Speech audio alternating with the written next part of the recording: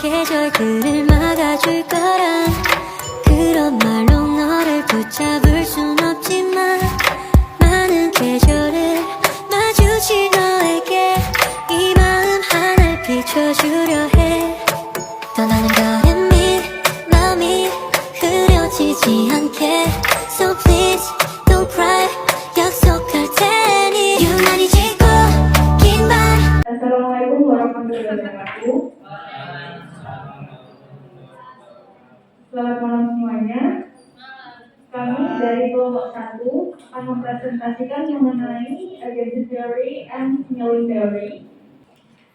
Berikut kelompok kami ada saya sendiri, Darul Mayro, Tarisha, Dominia, Amalia Nurul, dan Ramainda. Untuk topik yang akan kita bahas malam ini ada 5, yaitu pengertian teori sinyal dan teori agensi, pandangan para ahli menurut kedua teori tersebut, lalu ada kelebihan dan kekurangan, keempat manfaat serta alasan, dan yang terakhir perbedaan antara kedua teori ini. Untuk yang pertama kita bahas mengenai pengertian sinyal teori dan agensi teori. Ini teori sinyal dulu. Sinyal teori merupakan konsep dalam ekonomi yang menjelaskan bahwa perusahaan memiliki motivasi untuk memberikan informasi melalui laporan keuangannya kepada pihak eksternal seperti investor, kreditor, atau pasar dengan tujuan untuk mengirimkan sinyal atau pesan tertentu tentang kondisi atau kualitas suatu perusahaan. Dan selanjutnya pengertian dari teori agensi, yang mana suatu cara kerja yang digunakan untuk memahami konflik kepentingan antar prinsipal atau pihak yang memiliki kepentingan dan agen atau pihak yang bertindak atas nama prinsipal dalam situasi di mana prinsipal mempercayakan tugas-tugas tertentu kepada agen. Saya akan coba membahas untuk sebagai topik pandangan para ahli itu kedua teori yang akan kita bahas hari ini. Yang pertama ada teori sinyal. Menurut P.C. Mulewar tahun 2008 nomor 100 menyatakan teori sinyal menunjukkan bahwa perusahaan akan memberikan sinyal melalui tindakan dan komunikasi. Perusahaan ini mengadopsi sinyal-sinyal ini untuk mengungkapkan atribut yang tersembunyi untuk kata yang berkepentingan. Lalu yang kedua ada menurut Dana F. Bingham dan The Joe F. Wilson tahun 2009 nomor 444 menyatakan teori sinyal adalah teori yang mengatakan bahwa investor menganggap perubahan dividen sebagai sinyal dari perkiraan pendapatan manajemen. Tersebut dari O'Brien tahun 2008 nomor 517, sinyal adalah sebuah tindakan yang diambil oleh manajemen perusahaan yang memberikan petunjuk kepada investor tentang bagaimana manajemen memandang prospek perusahaan. Lalu menurut Yama Under tahun 2008, teori sinyal mengungkapkan tentang bagaimana seharusnya sebuah perusahaan memberikan sinyal kepada pengguna laporan keuangan. Sinyal ini merupakan informasi mengenai apa yang sudah dilakukan oleh manajemen untuk merealisasikan keinginan pemilik. Lalu ada menurut Jamaan dalam Rinaldi 2012, teori sinyal adalah teori yang mengungkapkan tentang bagaimana seharusnya sebuah perusahaan memberikan sinyal kepada pengguna laporan keuangan. Sinyal ini berupa informasi mengenai apa yang sudah dilakukan oleh manajemen untuk merealisasikan keinginan pemilik. Lalu, sinyal dapat berupa promosi atau informasi lain yang menyatakan bahwa perusahaan tersebut lebih baik daripada perusahaan lain. Teori sinyal ini juga menjelaskan bahwa pemberian sinyal dilakukan oleh manajer untuk mengurangi asimetris informasi. Selanjutnya, menurut Maria Immaculata dalam Rinaldi 2015, teori sinyal adalah kualitas keputusan investor dipengaruhi oleh kualitas informasi yang diungkapkan perusahaan dalam laporan keuangan. Kualitas informasi tersebut bertujuan untuk mengurangi asimetri informasi yang timbul ketika manajer lebih mengetahui informasi internal dan proses perusahaan di masa mendatang dibanding pihak eksternal perusahaan. Selanjutnya, menurut Javier PN yang dikutip dari Ross, adalah pembangun sinyal teori berdasarkan adanya asimetri informasi antara well information manager dan well information holder. Teori ini berdasarkan pemikiran bahwa manajer akan melakukan pada investor tentang mendapatkan informasi yang baik bertujuan menaikkan nama perusahaan, namun investor tidak akan mencari tersebut karena manajer merupakan interes maju. Lalu menurut Eisenhower 1990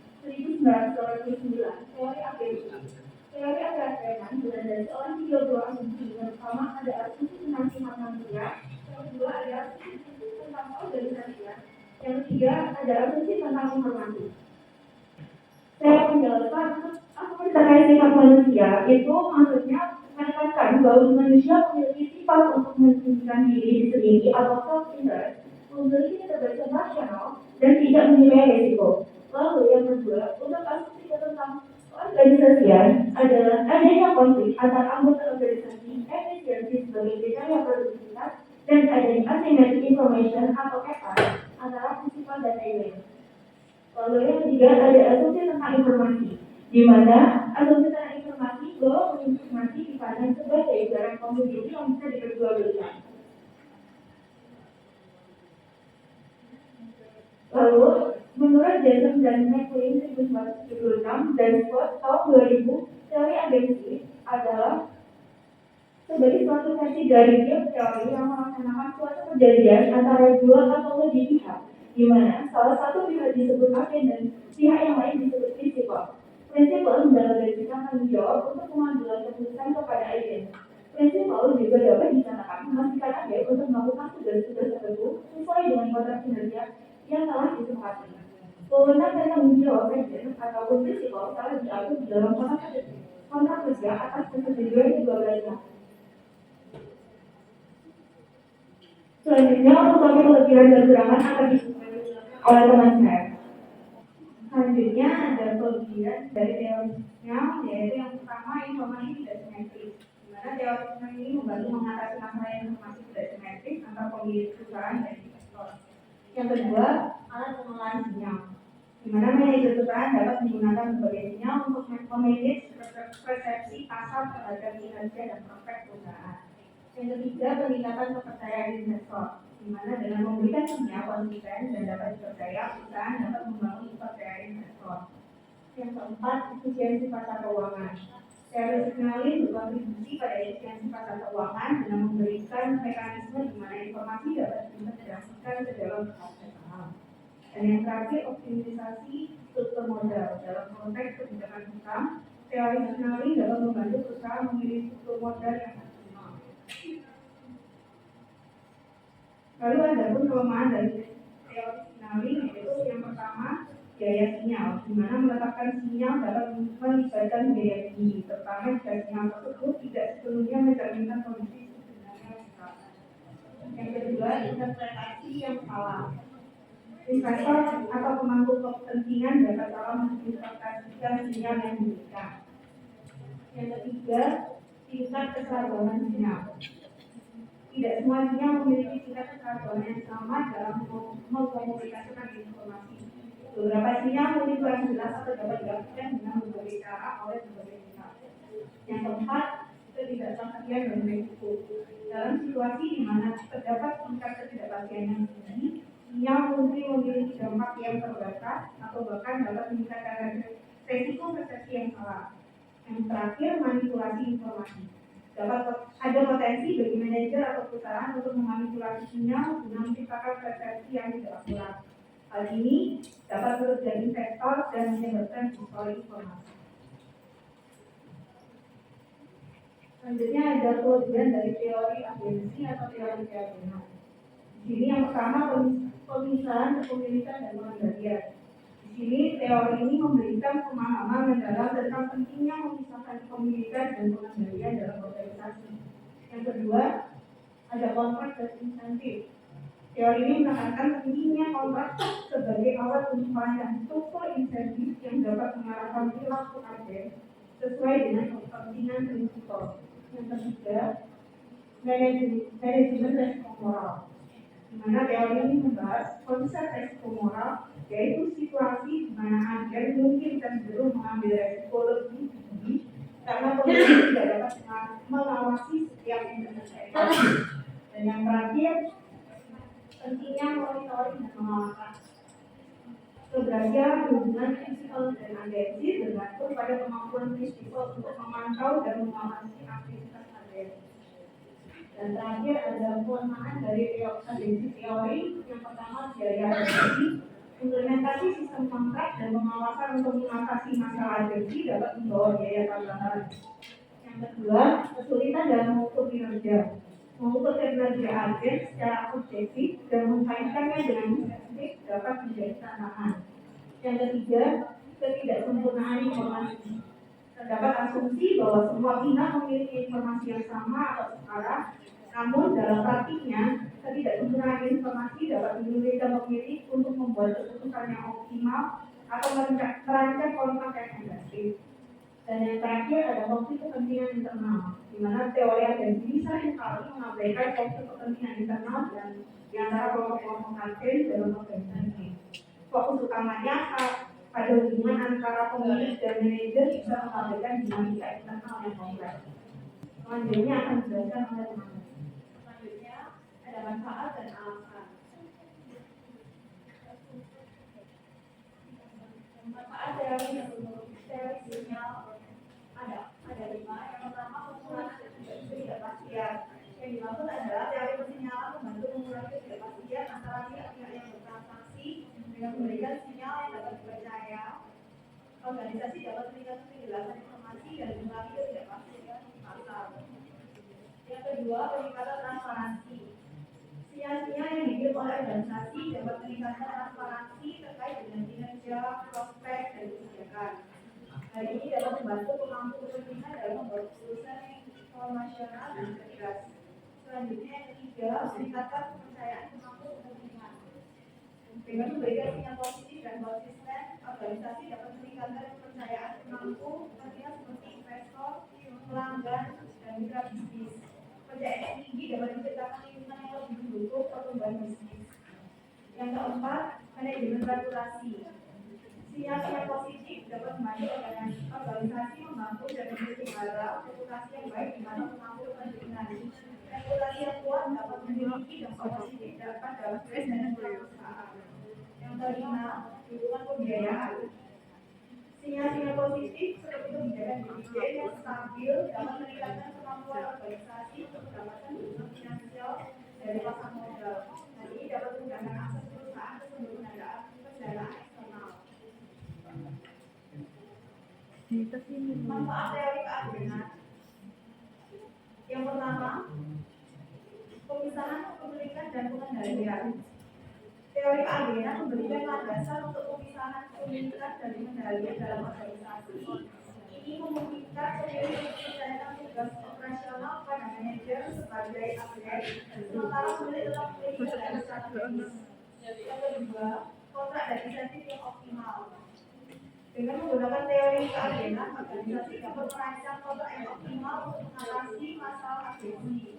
Ini mencakup memberi insentif kepada agen agar tidak sesuai dengan kepentingan prinsipal, menciptakan sistem imbalan yang mendorong perilaku positif. Yang ketiga, efisiensi manajemen. Teori keagenan membantu mencapai efisiensi manajemen dengan memberikan landasan untuk pengelolaan risiko moral. Melalui sistem insentif yang baik, manajer dapat didorong untuk mengambil keputusan yang optimal bagi organisasi. Yang keempat, ada peningkatan kepentingan pemilih. Dengan merancang struktur insentif dan kontrak yang tepat, teori keagenan dapat meningkatkan kepentingan pemilih atau pemegang saham dalam mendukung pertumbuhan dan profitabilitas perusahaan. Yang kelima, penyusunan tujuan organisasi. Teori keagenan membantu dalam menyusun tujuan organisasi yang sesuai dengan kepentingan pemilih dengan memahami peran agen dan prinsip-prinsip agensi. Organisasi dapat mengarahkan upaya ke arah pencapaian tujuan jangka panjang. Alasan teori persinyalan. Ketidakpastian informasi di bahasa yang kompleks dan dinamis terdapat ketidakpastian informasi antara pihak yang bertransaksi. Selanjutnya, asimetri informasi. Adanya asimetri informasi antara pihak yang terlibat dalam transaksi bisa menjadi hambatan. Ketiga, penilaian kualitas dan kepercayaan. Teori sinyal memberikan alat untuk penilaian kualitas dan kepercayaan dalam hubungan bisnis. Selanjutnya, manajemen reputasi dan citra. Sinyal positif membantu dalam membangun dan memelihara reputasi dan citra perusahaan. Yang terakhir, menyelidiki pembiayaan dan investasi. Organisasi yang mencari pembiayaan atau investasi perlu memberikan sinyal positif kepada investor. Alasan teori keagenan juga ada 5, yaitu pertama, pemisahan kepemilikan dan pengendalian. Dengan pertumbuhan organisasi dan kapasitas operasional terjadi pemisahan kepemilikan dan kendalian. Yang kedua, peningkatan keefektifan manajerial. Dengan memahami dinamika hubungan agensi, organisasi dapat meningkatkan efektivitas manajerial. Selanjutnya, perbaikan hubungan prinsipal agen. Organisasi membutuhkan perangkat kerja untuk memahami dan memperbaiki hubungan antara pemilik sebagai prinsipal dan manajer sebagai agen. Yang terakhir, manajemen risiko moral dan adverse selection. Keberadaan agen yang bertindak atas nama pemilik dapat menyebabkan risiko moral atau adverse selection. Selanjutnya akan dijelaskan oleh Saudari Nana. Selanjutnya ada perbedaan antara teori persinyalan dan teori agensi. Yang pertama, teori agensi kaitan dengan rasio hutang. Rasio hutang dapat dicerminkan sejauh mana manajer menggunakan dana yang berasal dari pemegang saham dan kreditur eksternal. Yang kedua, pengaruh terhadap rasio laba bersih. Rasio laba bersih dapat mencerminkan sejauh mana agen mengoptimalkan kepentingan pemilik. Yang ketiga, ada rasio kinerja manajerial. Rasio ini sebagai indikator sejauh mana manajer mencapai tujuan pemilik. Selanjutnya ada teori sinyal. Yang pertama, pengaruh terhadap rasio likuiditas. Rasio likuiditas seperti current ratio dapat mencerminkan kemampuan organisasi untuk memenuhi kewajiban jangka pendek. Yang kedua, pengaruh terhadap rasio dividen. Rasio dividen atau yield dapat menjadi sinyal penting dalam teori sistematik. Yang ketiga, pengaruh terhadap rasio pertumbuhan laba. Rasio pertumbuhan laba dapat mencerminkan sejauh mana sinyal-sinyal ini tercermin dalam kinerja perusahaan. Lalu ada integritas teori agensi dan teori sinyal dengan rasio keuangan. Yang pertama, struktur modal sebagai sinyal. Rasio hutang tidak hanya mencerminkan kebijakan keuangan yang dapat mengatasi masalah agensi, tetapi juga dapat diinterpretasikan sebagai sinyal tentang tingkat rasio dan kepercayaan perusahaan pada pertumbuhan. Yang kedua, dividen sebagai sinyal dan distribusi kepentingan pemilik. Kebijakan dividen dapat menjadi sinyal tentang stabilitas dan profitabilitas, tetapi juga dapat membentuk distribusi keuntungan kepada pemegang saham, menciptakan keseimbangan antara teori agensi dan teori persinyalan. Yang ketiga, rasio laba bersih dan kinerja pemenuhan tujuan. Rasio laba bersih dan kinerja dapat diartikan sebagai sinyal sejauh mana manajer berhasil memenuhi tujuan perusahaan. Sekian dari kelompok kami. Apabila ada yang ditanyakan, jangan tanya kami ya. Kami malas. Baik, kami akan kita terlebih dahulu. Terima kasih.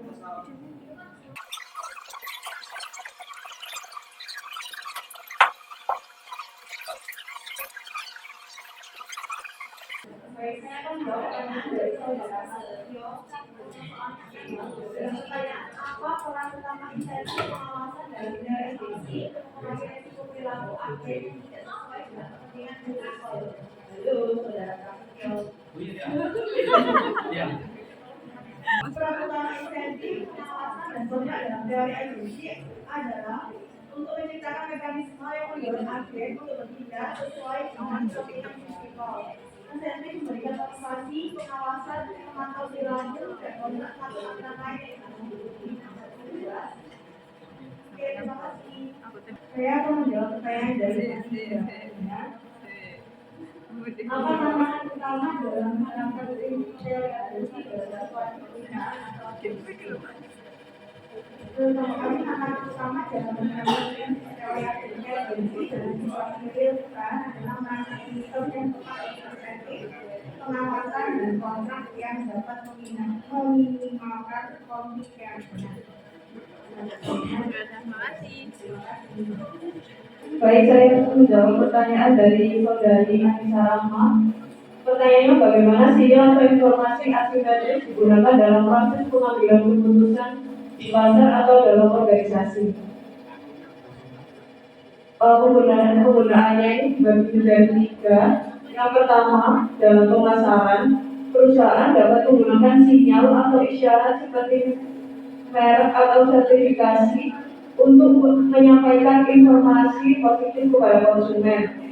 Yang kedua, dalam keuangan, perusahaan yang menciptakan laporan keuangan yang transparan dapat menyampaikan sinyal positif kepada investor dan pemangku kepentingan lainnya. Yang ketiga, dalam reputasi, pihak yang memiliki reputasi baik dalam memberikan sinyal positif tentang kualitas dan integritas mereka. Bagaimana? Terima kasih. Saya akan mencoba yang pertanyaan dari Mbak Samulia. Ini ditanyakan bagaimana cara mengatasi konflik kepentingan yang terjadi antara prinsipal dan agen. Sebelumnya saya akan menjelaskan apa itu prinsipal dan agen. Prinsipal itu adalah pihak atau entitas yang memiliki kepentingan dan kebijakan atau menjelaskan agen untuk melaksanakan suatu tujuan atau pekerjaan. Sedangkan agen adalah pihak atau entitas yang bertindak atau mewakili prinsipal dalam melaksanakan tujuan atau pekerjaan tersebut. Lalu cara untuk mengatasi konflik kepentingan antara prinsipal dan agen itu ada beberapa langkah atau beberapa cara. Kontrak yang jelas, maksudnya itu adalah menyusun kontrak yang jelas dan dapat dipahami oleh kedua belah pihak, menggunakan juga tanggung jawab dan insentif yang diberikan.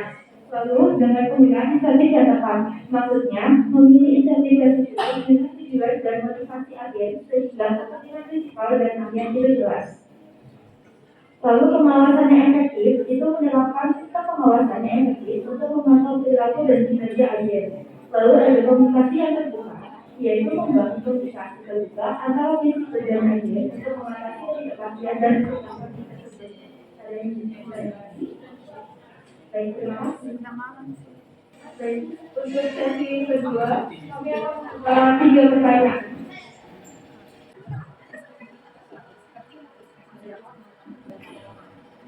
Baik, saya akan menjawab pertanyaan dari saudara Elvin. Pertanyaannya mengenai bagaimana interaksi antara dari sinyal dan dari agensi mempengaruhi strategi komunikasi di pasar yang sangat kompetitif. Ini ada beberapa cara. Yang pertama, penggunaan sinyal untuk memperkuat kepercayaan. Dan dalam lingkungan yang kompetitif, perusahaan sering menggunakan sinyal positif seperti penghargaan, terus sertifikasi kualitas, testimonial, dan lain-lain untuk memperkuat kepercayaan dan membedakan diri dari para pesaingnya. Dan dengan mengintegrasikan sinyal positif ini ke dalam strategi komunikasi mereka, perusahaan dapat meningkatkan citra mereka di mata konsumen dan pemangku kepentingan. Kedua, ada transparansi untuk mengurangi asimetri informasi. Dalam kerangka teori agensi, asimetri informasi antara prinsipal atau perusahaan dan agen atau konsumen bisa menjadi suatu masalah. Yang mana perusahaan yang memperlihatkan transparansi melalui informasi yang jelas, terbuka dan akurat dalam komunikasi mereka dapat mengurangi ketidakpastian dan meningkatkan kepercayaan konsumen terhadap produk atau layanan yang ditawarkan. Ketiga, penerapan insentif melalui komunikasi. Itu adalah upaya memotivasi tindakan konsumen atau menarik mereka. Perusahaan dapat menggunakan strategi komunikasi untuk memberikan insentif yang relevan kepada konsumen seperti diskon atau penawaran khusus dan juga program loyalitas. Hal ini bisa menjadi sinyal yang mempengaruhi konsumen untuk melakukan tindakan tersebut, sekaligus menciptakan insentif yang dapat diterima oleh agen atau konsumen dalam kerangka teori agen. Dan terakhir ada pemilihan pesan yang relevan dan konsisten, yaitu menggunakan teori sinyal dan teori agensi, membutuhkan pemilihan pesan yang relevan dan konsisten dalam komunikasi untuk menciptakan citra yang sesuai dengan kepentingan jabatan perusahaan dan kebutuhan konsumen. Pesan yang konsisten dengan teori yang diberikan akan memperkuat citra perusahaan yang diharapkan akan menimbulkan kebutuhan informasi yang bisu atau kontradi. Bagaimana? Terima kasih. Saya akan menjawab pertanyaan dari saudari Jessica. Bagaimana batasan informasi yang boleh diberikan agen ke prinsipal? Teori sinyal dalam konteks agensi membahas masalah di mana agen memiliki informasi yang lebih banyak daripada yang diketahui oleh prinsipal. Dalam hal ini terdapat batasan informasi yang dapat diberikan oleh agen kepada prinsipal dan beberapa pertimbangan terkait batasan informasi dalam teori sinyal. informasi.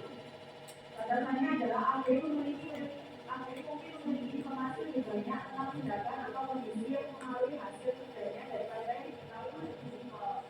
Kemudian untuk olahraga dan atmosfer, batasannya terdapat risiko olahraga atau risiko perilaku aksiden dan evaluasi dan atmosfer risiko perilaku aksiden yang tidak dapat diidentifikasi sebelumnya.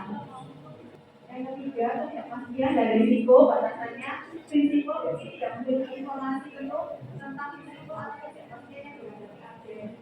Yang keempat, kepercayaan dan transparansi, batasannya ada kebutuhan untuk membangun kepercayaan antara risiko dan agen melalui transparansi dan menyampaikan informasi.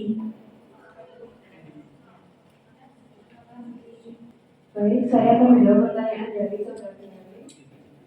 Yang ditanyakan yaitu hubungan antara teori sinyal dengan kinerja keuangan. Ada 2 poin. Yang pertama, merek dan reputasi. Teori sinyal menyoroti peran sinyal atau isyarat dalam menyampaikan informasi.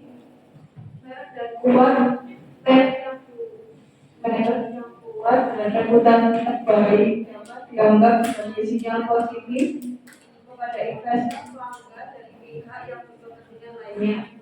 Perusahaan dengan reputasi baik cenderung memiliki akses lebih baik ke pembiayaan, kepercayaan, dan yang dapat berkontribusi pada kinerja keuangan yang positif. Poin yang kedua, yaitu transparansi dalam laporan keuangan. Menerapkan prinsip transparansi dalam laporan keuangan juga dapat dianggap sebagai sinyal positif. Laporan keuangan yang jelas dan dapat dipercaya memberikan informasi yang penting bagi investor dan dapat menggunakan kepercayaan yang pada dirinya dapat mencerminkan positif pada kinerja keuangan perusahaan. Sekian dari presentasi kelompok kami. Kurang lebihnya mohon dimaafkan.